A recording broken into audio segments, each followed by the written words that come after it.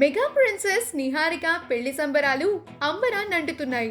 5 రోజుల పెళ్లి సందడి నిన్న పెళ్లి కూతురు ఫంక్షన్తో షురూ అయిపోయింది. ఈ కార్యక్రమానికి మెగా ఫ్యామిలీతో పాటు బన్నీ ఫ్యామిలీ ఇంకా ఇతర బంధుమిత్రులు హాజరయ్యి సందడి చేశారు.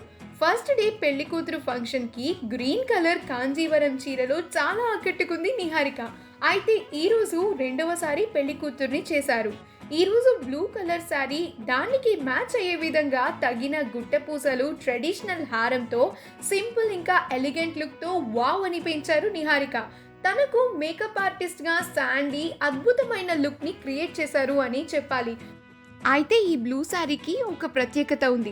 ఇది 32 సంవత్సరాల క్రితం నిహారిక గారి తల్లిగారైన పద్మజ గారు తన నిశ్చితార్థానికి కట్టుకున్న చీరని బేస్ చేసుకుని డిజైన్ చేశారు.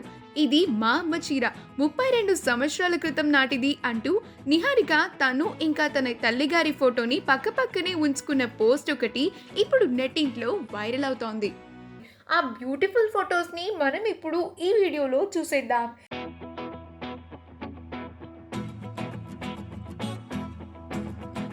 ఈ వీడియో కనుక మీకు నచ్చినట్లయితే మీ అభిప్రాయాన్ని కమెంట్స్ ద్వారా మాకు తెలియజేయండి. మా ఛానల్ని సబ్స్క్రైబ్ చేయడం మర్చిపోకండి.